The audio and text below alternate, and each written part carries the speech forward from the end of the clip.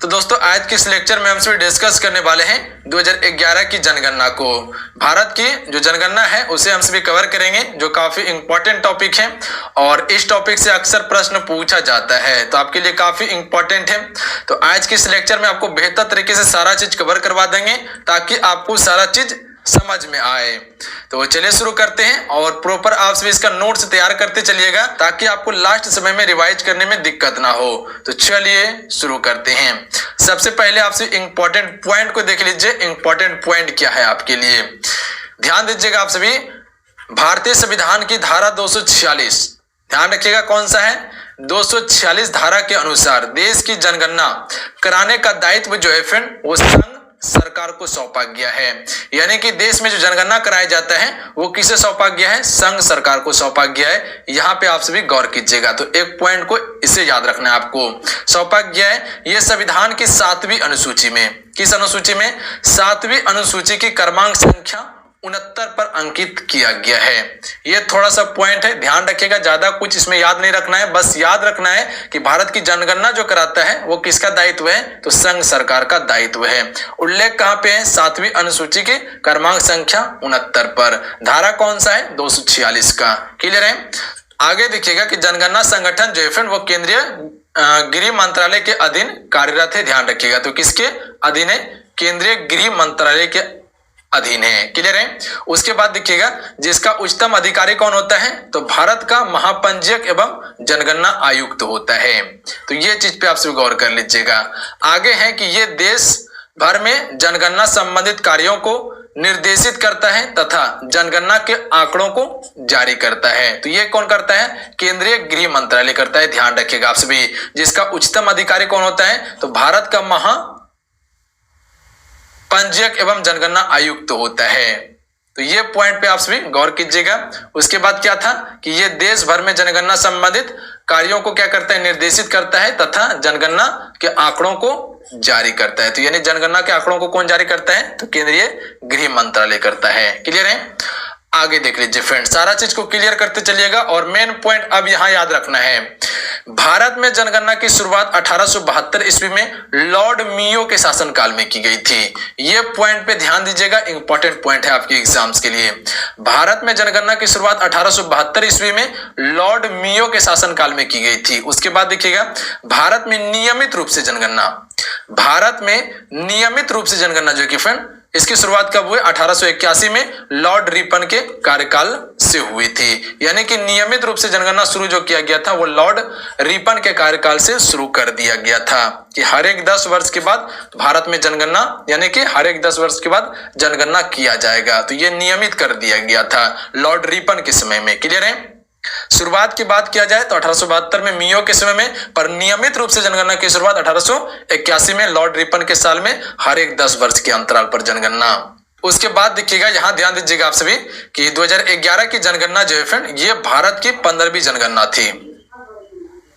Clear है। 15वीं जनगणना थी और स्वतंत्र भारत की क्या थी, ये 7वीं जनगणना थी। यानी जब से भारत स्वतंत्र हुआ था, पहली बार जो जनगणना हुआ था स्वतंत्र भारत में वो 1951 से 52 में हुआ था। तो ये चीज पे आप सभी गौर कीजिएगा। तो उससे अभी तक लेके ये 7वीं जनगणना है। ध्यान रखिएगा आप सभी, कब की जनगणना है, 7वीं जनगणना है। पर जब से शुरू किया गया है जनगणना वो अभी तक में भारत की ये 15वीं जनगणना हो चुका है। हालांकि अभी 2021 में जनगणना होने वाला था, जिसके कारण से लॉकडाउन के कारण रुक गया था, तो वो नहीं हो पाया था। तो आगे अगर पूछ लिया जाता है कि 2021 वाला जनगणना भारत की कौन सी जनगणना है, तो 16वीं हो जाएगा और स्वतंत्र भारत की 8वीं जनगणना होगा। ध्यान रखिएगा आप सभी। तो यहाँ 2011 से 10 साल इसमें प्लस कर दीजिए तो 2021 से ही आएगा। 2021 में ही जनगणना होना था पर अभी नहीं हो पाया है।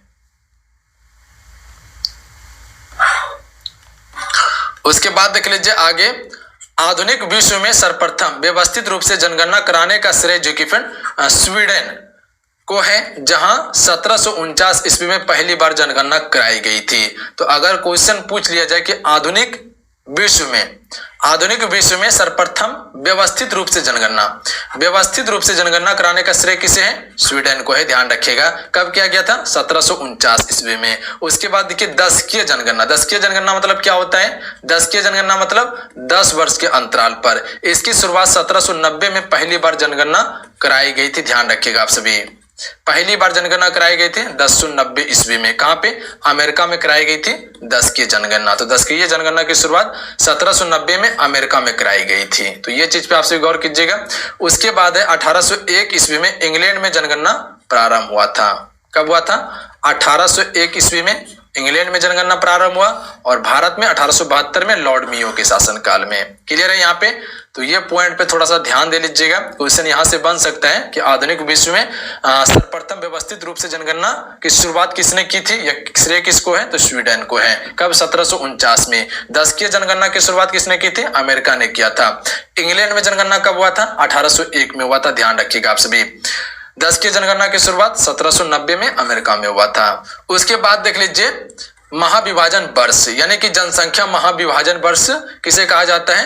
1921 को कहा जाता है जनसंख्या महाविभाजन वर्ष कहा जाता है। क्यों कहा जाता है? इसके बारे में थोड़ा सा समझ लीजिए आप सभी। भारत के जनांकी के इतिहास में 1921 ईस्वी को महान जनसंख्या विभाजक की संज्ञा दी जाती है। क्यों दी जाती है? क्योंकि 1911 से 21 के दौरान भारत की जनसंख्या की 10 की वृद्धि जो है फ्रेंड वो क्या हुआ था? ऋणात्मक हो चुका था। कितना था? -31% ऋणात्मक हो गया था। इसीलिए 1921 को क्या कहा जाता है? जनसंख्या का महाविभाजन कहा जाता है। ध्यान रखिएगा। हो गई थी। इसके फलस्वरूप इस दशक में भारत की जनसंख्या लाख की कमी आई थी। इसलिए 1921 को विभाजक यानी जनसंख्या विभाजक की संज्ञा दी गई है। तो याद रखिएगा जनसंख्या विभाजन कब हुआ था? 1921 में हुआ था। तो मुख्य कारण आपको पता चल गया क्योंकि इस समय जो कि 10 की वृद्धि में क्या हुआ था? जनसंख्या ऋणात्मक हो चुका था। जो 10 वर्ष में जनसंख्या का पता चलता है कितना वृद्धि हुआ कितना घटा, तो उसमें ये ऋणात्मक चल गया था। लगभग 70 लाख जनसंख्या की कमी आ गई थी इसमें।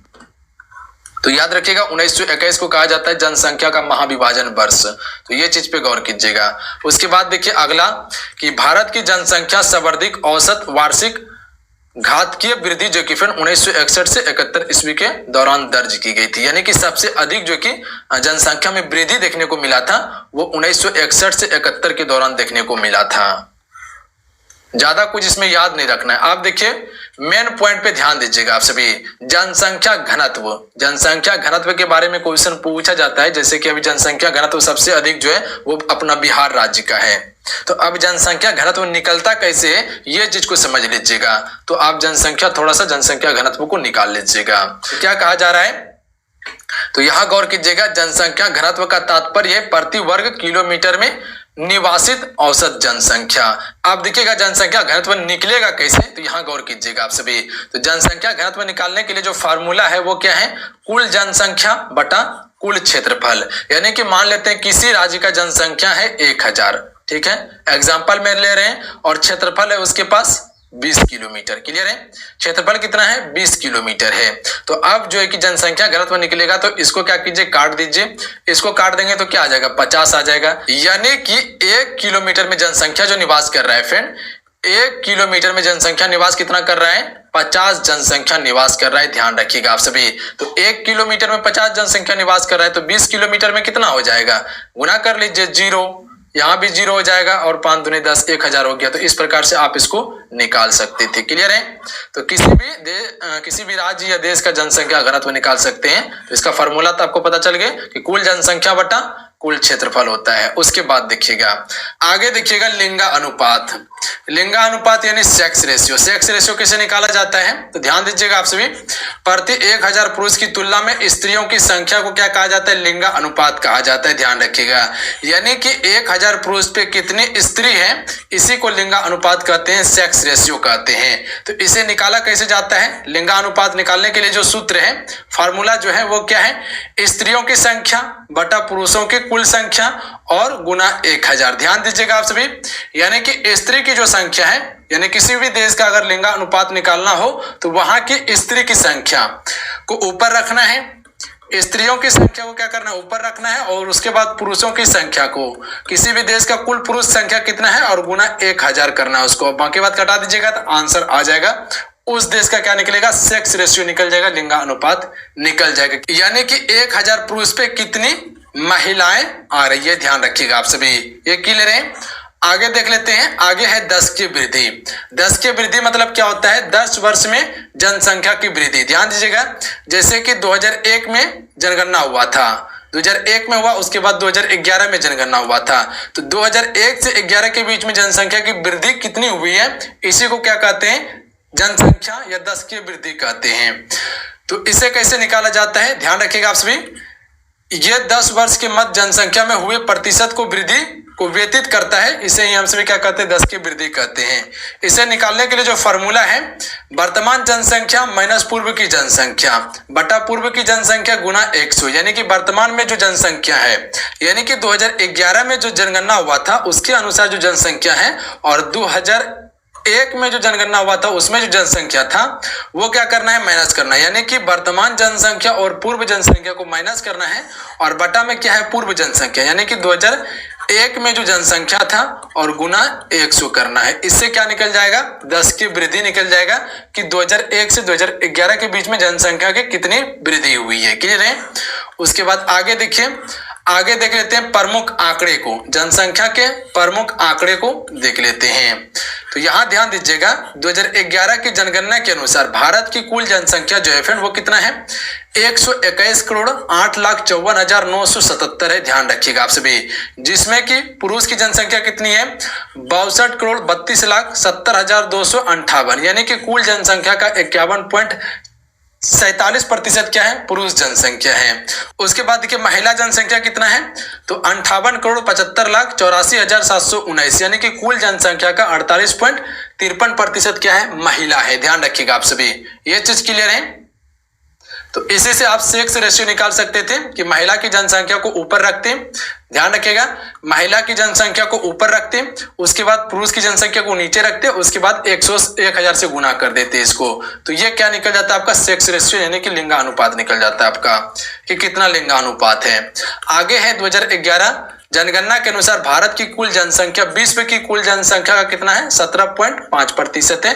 ध्यान रखिएगा आप सभी, ये पॉइंट पे ध्यान रखिएगा, क्वेश्चन पूछा जाता है। तो याद रखिएगा, भारत की कुल जनसंख्या पूरे विश्व की जनसंख्या का 17.5% यानी कि 17.5% भारत में है। और क्षेत्रफल की बात किया जाए तो कितना है? मात्र में 2.42% है, यानी कि विश्व का कुल क्षेत्रफल का भारत के पास जो क्षेत्रफल है मात्र में 2.42% है, पर यहाँ जनसंख्या कितना है? 17.5% है। क्लियर है? उसके बाद देखिए जनसंख्या घनत्व। देखिए 2001 में जब जनगणना हुआ था, जनगणना हुआ था, तो उस समय जो व्यक्ति का जनसंख्या घनत्व जो था 324 व्यक्ति प्रति वर्ग किलोमीटर में निवास कर रहा था, यानी कि 1 वर्ग किलोमीटर में 1 किलोमीटर स्क्वायर में जो व्यक्ति निवास कर रहा था वो 324 था। ये 2001 की जनगणना के अनुसार है, पर बढ़ के 2011 में क्या हो गया? 382 हो गया, यानी कि जब 2011 का जनगणना हुआ था तो उस समय जो कि फ्रेंड 1 किलोमीटर में 1 किलो वर्ग मीटर में 382 व्यक्ति रहने लगा था। ध्यान रखिएगा, यानी कि 324 व्यक्ति से बढ़ के 382 व्यक्ति हो गया था। ध्यान रखिएगा, प्रति वर्ग किलोमीटर में, यानी कि बढ़ोतरी देखने को मिला था 2001 से 2011 की जनगणना के बीच में। और हालांकि अभी 2021 वाला जनगणना नहीं हुआ है, और वो जनगणना होगा तो कुछ अलग आपको अपडेट देखने के लिए मिलेगा। ये लॉकडाउन कोरोना के कारण थोड़ा सा ये डिले हो चुका है, तो ये चीज पे आप सभी गौर कीजिएगा। तो ये हो गया जनसंख्या घनत्व। तो जनसंख्या घनत्व क्या होता है? किसी भी देश या राज्य के कुल क्षेत्रफल में कितना व्यक्ति निवास कर रहा है, यानी कि प्रति वर्ग किलोमीटर में कितना व्यक्ति निवास कर रहा है, इसी को क्या कहा जाता है? घनत्व कहा जाता है जनसंख्या का। उसके बाद देखिए लिंगा अनुपात में वृद्धि क्या हुआ है? जब 2001 का जनगणना हुआ था तो उस समय 933 से बढ़ के क्या हो गया? 2011 में 943 हो गया। ध्यान रखिएगा, 933 से बढ़ के 943 हो गया, ये लिंगानुपात है। यानी कि 2001 की जनगणना के अनुसार 1000 पुरुष पे 933 महिलाएं थी, यानी कि 1000 पुरुष पर 933 महिलाएं ही मात्र में थी। ध्यान रखिएगा, पर जब 2011 का जनगणना हुआ था तो उस समय 1000 पुरुष पर कितनी महिला हो गया? 943 महिला हो गया, 943 महिला हो गया था। ध्यान रखिएगा, 943 कर लीजिए इसे, 943 महिला हो गया। और जितना जो ये पुरुष बच जाता है वो क्या बन जाता है? कभी कोई योगी बन जाता है, सत्संग बन जाता है, कोई शादी नहीं करता है, जैसे आपका योगी आदित्यनाथ हो गए। तो इस तरह से कुछ आदमी बन जाता है, ध्यान रखिएगा आप सभी। तो ये क्या हो गया, लिंगानुपात हो गया। लिंगानुपात कैसे निकलता है, प्रति 1000 पुरुष में महिलाओं की संख्या, उसे ही लिंगानुपात कहते हैं। तो वृद्धि देखने के लिए मिला था 2001 से 2011 की जनगणना के बीच में 933 से 943 हो गया था। तो ये चीज क्लियर है, हटाते हैं इसे यहाँ से, उसके बाद फिर आपको डिटेल से बताते हैं। अब देख लेते हैं शिशु लिंगा अनुपात, यानी कि 0.6 वर्ष के जो बच्चे हैं, पुरुष और स्त्री, यानी कि मेल और फीमेल को देख लेते हैं। तो कितना बढ़ोतरी हुआ है, तो 2001 में था 927, जो कि अब घट के क्या हो गया है, 918 हो गया है। यानी कि 2001 में जनगणना हुआ था तो उस समय था 927, 1000 पुरुष पे 1000 मेल पे, फीमेल कितना था, शिशु फीमेल कितना था, 927 था। और अभी जो है कि 2011 के जनगणना के अनुसार अब कितना रह गया है, 1000 पे 918 रह गया है, ध्यान रखिएगा आप सभी। तो ये चीज क्लियर है आपका। आगे देख लीजिए, वो शिशु लिंगानुपात था जो कि 0.6 वर्ष का है। आगे देख लीजिए, आगे है जनसंख्या में साक्षर लोगों की संख्या। साक्षर मतलब क्या होता है, शिक्षित, पढ़ा लिखा लोग, ध्यान रखिएगा, इसी को क्या कहते हैं, साक्षर कहते हैं। तो साक्षर मतलब समझ में आ गया क्या होता है, साक्षर मतलब होता है शिक्षित लोग, पढ़ा लिखा हुआ लोग। तो इसकी संख्या जो है फिर 64.84 था 2001 में, जो कि 2011 में बढ़ के 73% हो गया था, ध्यान रखिएगा। वहीं पुरुष की साक्षरता 75.26% था 2001 में, बढ़ के 2011 में कितना हो गया, 80.9% हो गया। वहीं पर महिला की साक्षरता 53.67% था 2001 में। 2001 में कितना था, 53.67, और जो कि 2011 में बढ़ के ये कितना हो गया था, 64.6% हो गया था। तो ये क्या है, शिक्षित, यानी कि साक्षरता दर को हम सभी क्या कहते हैं, पढ़े लिखे शिक्षित लोग जो है उसी को साक्षर कहा जाता है। तो ये क्लियर है आपका। आगे देख लीजिए फ्रेंड, आगे पॉइंट पे ध्यान दीजिएगा आप सभी कि ग्रामीण क्षेत्र में न्यूनतम साक्षरता दर वाला राज्य कौन सा है, आंध्र प्रदेश है, जो कि वहां का कुल 60.4% क्या है, साक्षर लोग है, यानी कि शिक्षित लोग हैं।